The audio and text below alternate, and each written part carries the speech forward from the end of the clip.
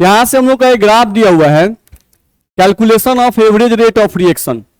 Average rate of reaction हमको calculate करना है। लिखा हुआ है find the rate of reaction between the time interval 5 to 15 minutes. 5 से 15 मिनट के बीच में, 5 से 15 मिनट के बीच में आपको क्या निकालना है, रेट ऑफ रिएक्शन। और आपको ग्राफ दे दिया हुआ है, ध्यान रखना है। तो अगर ग्राफ दिया रहे और ग्राफ की मदद से, ग्राफ दिया रहे और ग्राफ की मदद से हमको रेट ऑफ रिएक्शन निकालना है, टाइम इंटरवल कितना दिया हुआ है, 5। चलो तो 5 यहां पकड़ लो और 5 से ऊपर जाओ। चलो 5 यहां पकड़ लियो और 5 से ऊपर जाओ।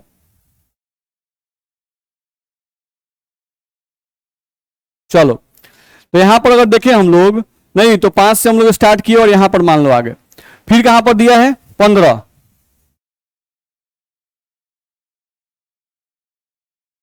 15 को पकड़ के हम लोग यहां पर आ गए। अब ध्यान दो कि जब 5 पर हम लोग हैं उस समय कॉन्सेंट्रेशन लगभग कितना है, 0.06। और जब 5 पर हैं उस समय कॉन्सेंट्रेशन लगभग कितना है, 0.03। तो तुम देख सकते हो कि ये टाइम जो है वो तुम्हारा क्या कहलाएगा, T1। और ये जो टाइम है वो क्या कहलाएगा, T2। T1 टाइम पर जो कॉन्सेंट्रेशन है वो कहलाएगा C1।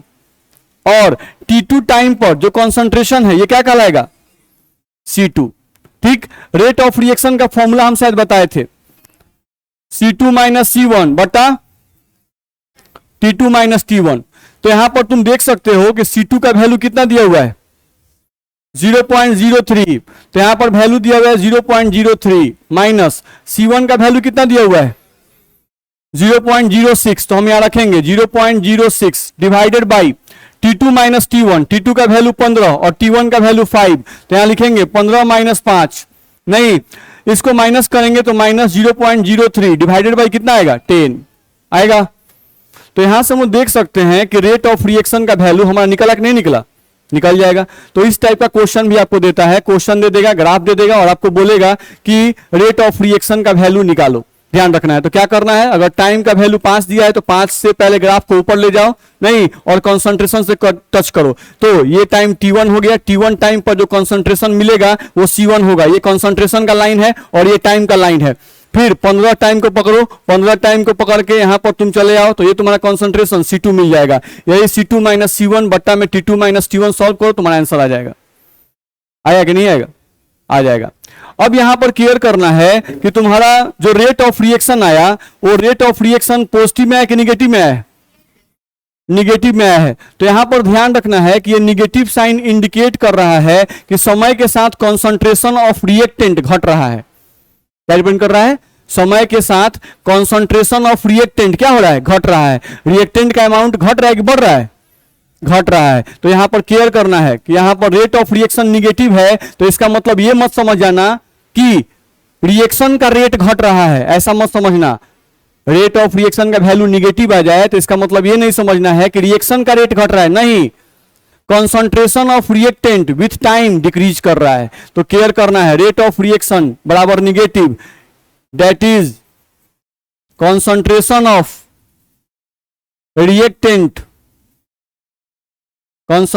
of reactant with time decreases। ध्यान रखना है, ये आपको रिप्रेजेंट कर रहा है concentration of reactant decreases with time. यानी कि जब भी रेट ऑफ रिएक्शन का मान तुम रिएक्टेंट के कॉन्सेंट्रेशन से निकालोगे, तुम्हारा रेट ऑफ रिएक्शन का वैल्यू हमेशा क्या आएगा, निगेटिव आएगा। हमेशा क्या आएगा, निगेटिव आएगा। सेम यही ग्राफ देखो तो सेम यही चीज है। अब यहां पर देखो क्या लिखा हुआ है, टाइम, और यहां क्या लिखा हुआ है, कॉन्सेंट्रेशन ऑफ प्रोडक्ट। अब रिएक्टेंट नहीं लिखा हुआ है। तो रिएक्टेंट का ग्राफ जब खींचते थे तो याद करो यहां से ऐसे खींचते थे, लेकिन प्रोडक्ट का ग्राफ कैसे खींचते हैं, नीचे से ऊपर ऐसे आता है, नहीं। अब तुम यहां पर रेट ऑफ रिएक्शन निकालने की कोशिश करो। मान लो तुमको यहां पे टाइम दे दिया गया 5, यहां पर तुमको 10, यहां पर तुमको 15 और यहां पर तुमको 20। यहां पर कॉन्सेंट्रेशन कुछ दे दिया हुआ है 0.01, यहां पर कॉन्सेंट्रेशन 0.02, यहां पे कॉन्सेंट्रेशन 0.03, यहां पर कॉन्सेंट्रेशन 0.04, यहां पे कॉन्सेंट्रेशन 0.05, यहां पर कॉन्सेंट्रेशन 0.06 ये दे दिया हुआ है। नहीं, अब तुमको अगर ध्यान देना है कि मान लो तुमको कहा जाएगा कि 5 बजे से लेके 10 बजे के बीच में रेट ऑफ रिएक्शन निकालो, तो क्या करेंगे, 5 को पकड़ेंगे और 5 को पकड़ के ऊपर जाएंगे, यहां पे आ गए। नहीं तो यहां पर ये कौन सा टाइम हो गया, T1, ये कौन सा कॉन्स्टिट्यूशन हो गया, C1। अब 10 बजे कह रहा है तो 10 बजे फिर ग्राफ को ऊपर ले जाओ और यहां से हम लोग मैच करें, तो मान लो कॉन्स्टिट्यूशन यहां पे कौन आ गया, C2, और ये कौन सा आ गया, T2। तो यहां पर तुम निकाल के देखो, रेट ऑफ रिएक्शन बराबर फॉर्मूला C2 माइनस C1 बटा T2 माइनस T1। अब यहां पे तुम निकाल के देखो C2 का मान कितना है, 0.04 माइनस C1 का वैल्यू कितना है, 0.03 और T2 माइनस T1 10 माइनस 5, बोलो होगा, नहीं तो यहां पर जो वैल्यू आएगा वो कितना आएगा, 0.01 और बट्टा में कितना 5। तो यहां बताओ रेट ऑफ रिएक्शन का वैल्यू पॉजिटिव आया कि निगेटिव आया, रेट ऑफ रिएक्शन का वैल्यू पॉजिटिव आया। तो रेट ऑफ रिएक्शन का वैल्यू भाई अगर पॉजिटिव आया तो क्या कहें कि रेट ऑफ रिएक्शन इंक्रीज कर रहा है, नहीं, concentration of product increases with time. यहां पर पॉजिटिव और निगेटिव साइन कभी भी रिएक्शन के स्पीड को रिप्रेजेंट नहीं करता है, नहीं, ये कंसंट्रेशन को रिप्रेजेंट करता है। अगर R का मान निगेटिव आए तो समझो कि अच्छा जरूर रेट ऑफ रिएक्शन रिएक्टेंट के रिस्पेक्ट में निकाला गया है, और अगर R का वैल्यू पॉजिटिव आ जाए तो समझ जाओ कि जरूर रेट ऑफ रिएक्शन को प्रोडक्ट के रिस्पेक्ट में निकाला गया है। दिक्कत है, नहीं, तो यहां पर हम लोग को ध्यान रखना है कि here positive sign, here positive sign indicate that, here positive sign indicate that, here positive sign indicate that concentration of product, concentration of product increases with time। Care करना है, ये बात भी ध्यान रखना है कि here positive and negative sign is not related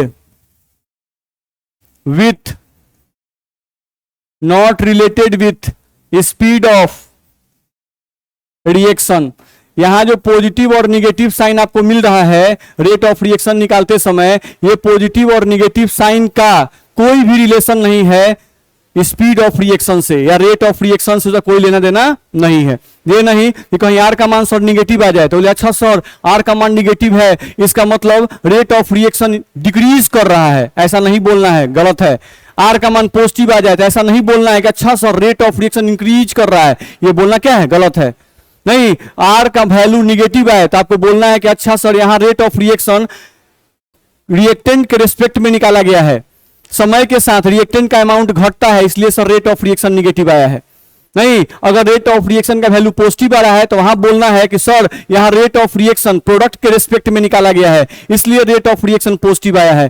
product का अमाउंट टाइम के साथ बढ़ता है इसीलिए रेट ऑफ रिएक्शन का वैल्यू पॉजिटिव आ गया है। ये बात दिमाग में गया, ठीक, तो ये बात ध्यान रखना होगा।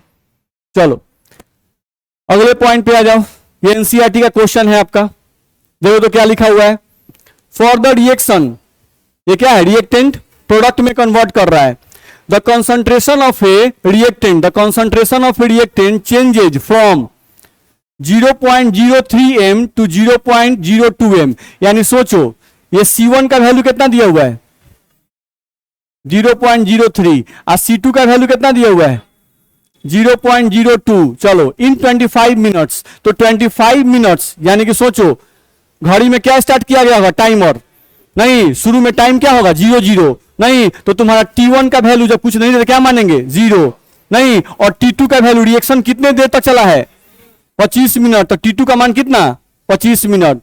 अब बताओ रेट ऑफ रिएक्शन पूछ रहा है तो रेट ऑफ रिएक्शन निकलेगा कि नहीं निकलेगा, C2 minus C1 bye T2 minus T1 करके सॉल्व कर सकते हैं कि नहीं, हो जाएगा। चलिए अगले पॉइंट पे आइए, ये भी एनसीईआरटी का ही क्वेश्चन है, ध्यान से पढ़िए उसको। इन ए रिएक्शन टू ए, यानी कोई रिएक्टेंट है जो प्रोडक्ट में कन्वर्ट कर रहा है, the concentration of A decreases from 0.05 to 0.04। यानी आपको C1 का वैल्यू पता है कि नहीं पता है 0.5, C2 का वैल्यू पता है कि नहीं पता है 0.4 इन 10 मिनट, यानी कि T1 का मान कितना 0 और T2 का मान कितना 10, तो क्या रेट ऑफ रिएक्शन निकलेगा नहीं निकलेगा? निकलेगा। तो ये सब एनसीईआरटी का आसान आसान क्वेश्चन है जो कि दिया हुआ है। चलो अगला पॉइंट आपको आ गया, इंस्टेंटेनियस रेट ऑफ रिएक्शन किसे कहते हैं। ठीक, तो सोचो एवरेज रेट ऑफ रिएक्शन जो था उसके लिए हम लोग क्या कह रहे थे? एवरेज रेट ऑफ रिएक्शन हम लोग कह रहे थे कि जब रेट ऑफ रिएक्शन को किसी टाइम इंटरवल में निकाला जाता है तो उसे कहते हैं एवरेज रेट ऑफ रिएक्शन, ध्यान रखना है। और इंस्टेंटेनियस रेट ऑफ रिएक्शन का मतलब है कि जब रेट ऑफ रिएक्शन किसी खास समय पर निकाला जाए, नहीं 10 बजे स्पीड कितना है, 11 बजे स्पीड कितना है, किसी खास समय पर अगर रेट ऑफ रिएक्शन निकाला जाए तो उसे हम लोग क्या कहेंगे? Instantaneous rate of reaction. यानी कि अगर डेफिनेशन दें तो हम लोग कह सकते हैं कि rate of reaction, rate of reaction at any instant of time, at any instant of time is called as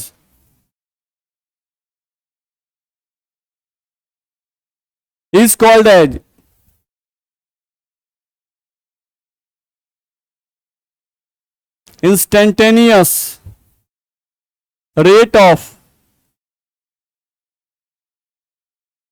reaction. ध्यान रखना है, अगर रेट ऑफ रिएक्शन को किसी खास समय पर पता किया जाए, नहीं रेट ऑफ रिएक्शन को किसी खास समय पर पता किया जाए, नहीं तो उस रेट ऑफ रिएक्शन को ही हम लोग क्या कहेंगे? Instantaneous rate of reaction. और जब रेट ऑफ रिएक्शन किसी टाइम इंटरवल में पता करते हैं तो वो है एवरेज रेट ऑफ रिएक्शन। ध्यान रखना, नहीं बोलते हैं कि भाई 10 बजे से लेकर 12 बजे के बीच में स्पीड बताओ तो ये होगा एवरेज रेट ऑफ रिएक्शन, और हम बोले नहीं 10 बजे बताओ कितना स्पीड था तो वो होगा इंस्टेंटेनियस रेट ऑफ रिएक्शन। ध्यान रखना है। अच्छा, एवरेज रेट ऑफ रिएक्शन का फॉर्मूला था आर बराबर, याद करो, delta C upon delta T. तो ये डेल्टा टी क्या है? Time interval. नहीं, अगर इस टाइम इंटरवल को छोटा कर दिया जाए, नहीं टाइम इंटरवल क्या कर दिया जाए? छोटा कर दिया जाए, नहीं इतना छोटा कर दिया जाए कि ये किसी खास समय को दर्शाने लगे। जैसे टाइम इंटरवल मान लो कोई कहता है कि 2 घंटा में स्पीड बताओ जी, तो ये अच्छा एवरेज रेट ऑफ रिएक्शन पूछ रहा है। हम बोले नहीं 2 सेकंड के अंदर बताओ रेट ऑफ रिएक्शन बताओ, तो हम क्या किए? टाइम इंटरवल छोटा कर दिए, 2 सेकंड।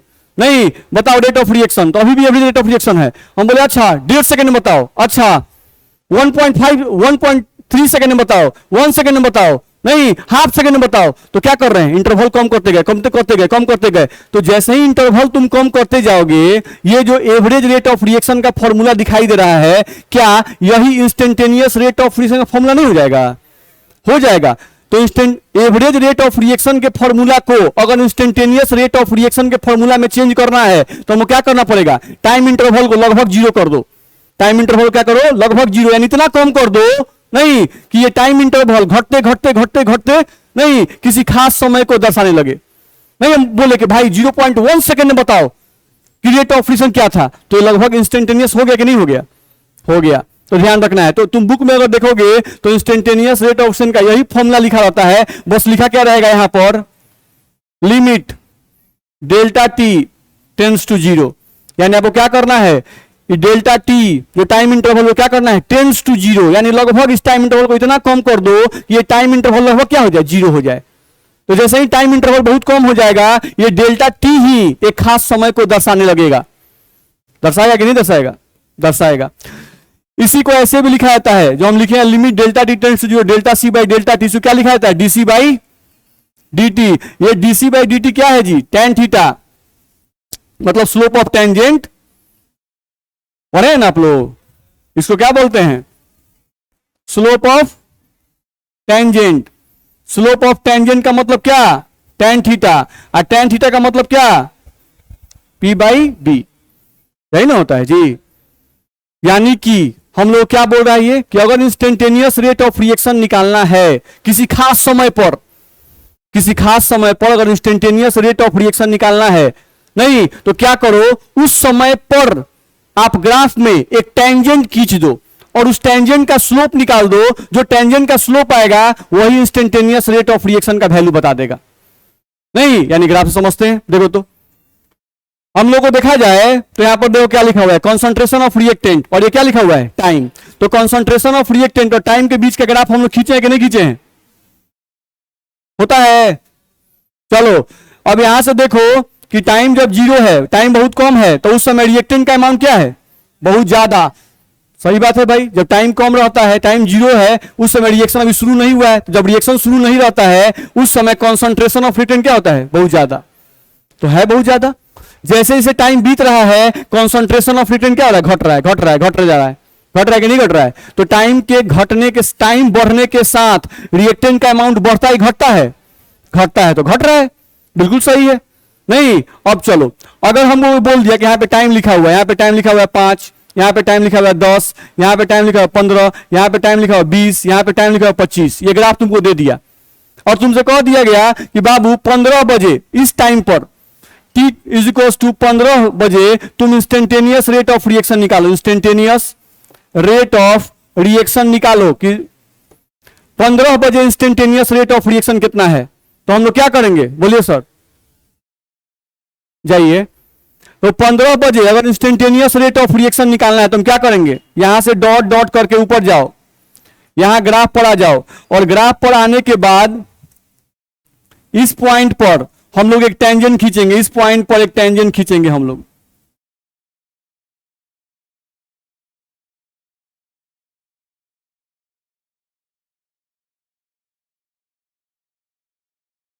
ध्यान रखना है। अब चलो, तो हम लोग करना क्या है कि अगर 15 बजे हमसे पूछ दिया कि स्पीड ऑफ रिएक्शन क्या है और ग्राफ हम लोग को दिया हुआ है, तो हमको क्या करना है? 15 बजे को पकड़ लेना है और 15 बजे को पकड़कर सीधे इस ग्राफ पे ऊपर जाना है। जिस पॉइंट पर हम लोग को यहां पे आ रहा है उसी पॉइंट पर हमको इस टेंजेंट को खींचना है।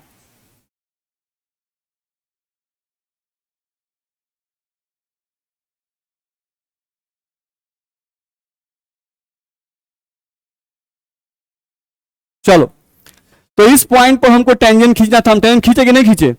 और ये टेंजेंट जो खींचना है वो हमको ऐसे खींचना है कि ये दोनों एक्सिस को कट करे, कॉन्सेंट्रेशन ऑफ एक्सिस को भी कट करे और इसको भी कट करे। अब बताओ, ये वाला जो वैल्यू यहां से यहां तक, ये वाला जो वैल्यू होगा हम लोग का यहां से लेकर यहां तक, ये क्या चीज को रिप्रेजेंट करेगा? P। और यहां से लेकर यहां तक जो वैल्यू होगा क्या रिप्रेजेंट करेगा? B। नहीं, तो अगर हमको इंस्टेंटेनियस रेट ऑफ रिएक्शन निकालना है R, तो tan थीटा निकालना पड़ेगा। हमको निकालना पड़ेगा tan थीटा, और tan थीटा का मतलब हमको P बटा B निकालना पड़ेगा। इस स्लोप का टेंजेंट निकालना पड़ेगा, इस टेंजेंट का स्लोप निकालना पड़ेगा। तो P का वैल्यू, अब मान लो यहाँ पे कॉन्सेंट्रेशन दिया रहता 0.01, यहाँ पे कॉन्सेंट्रेशन 0.02, यहाँ पे कॉन्सेंट्रेशन 0.03, यहाँ पे कॉन्सेंट्रेशन 0.04 और यहाँ पे कॉन्सेंट्रेशन दे दिया मान लो 0.05। नहीं, तो हम P का वैल्यू क्या रखते? 0.05 डिवाइडेड बाई B का वैल्यू क्या रखते? 25।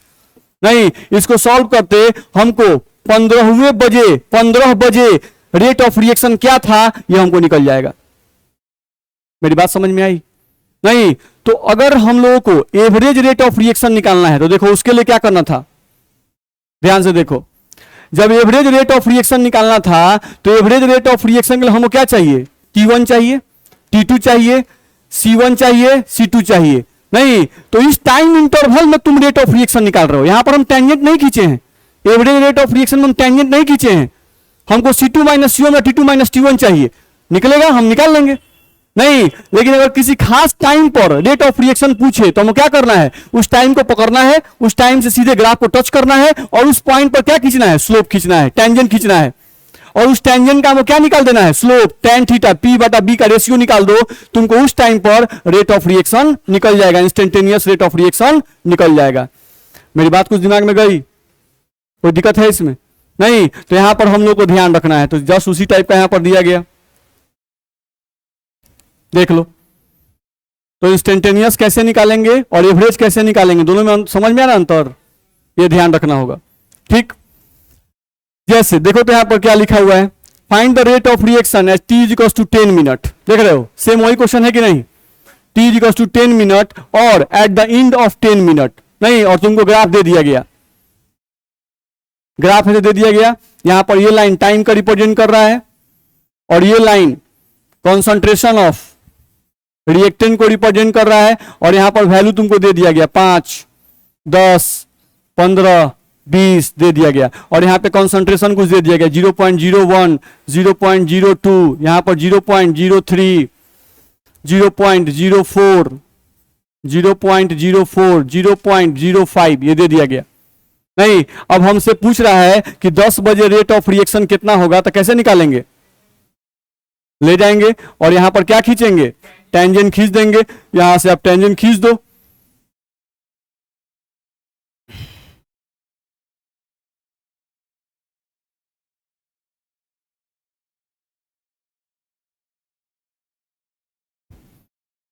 ध्यान रखना है, अब टेंजेंट हम खींच देंगे, जो हम लोगों का कंसंट्रेशन का वैल्यू आएगा, जो टाइम का वैल्यू आएगा, उसका रेशियो निकाल देंगे, हमको इस टाइम पर रेट ऑफ रिएक्शन निकल जाएगा। ये दिमाग में मत आए कि सर टाइम तो आप ये रख रहे हो, नहीं तो उससे मतलब नहीं, हमको इस टेंजेंट का, इस पॉइंट के लिए स्लोप ऑफ टेंजेंट निकालना है, ध्यान रखना है। तो सी और टी का रेशियो निकालेंगे, हमको इस टाइम पर इंस्टेंटेनियस रेट ऑफ रिएक्शन निकल जाएगा। निकलेगा कि नहीं निकलेगा? तो ऐसा क्वेश्चन आए तो बन जाएगा। चलिए, तो ये सब पॉइंट आप ध्यान रखिएगा। चलिए, यहां से अगले क्लास में पढ़ेंगे हम लोग।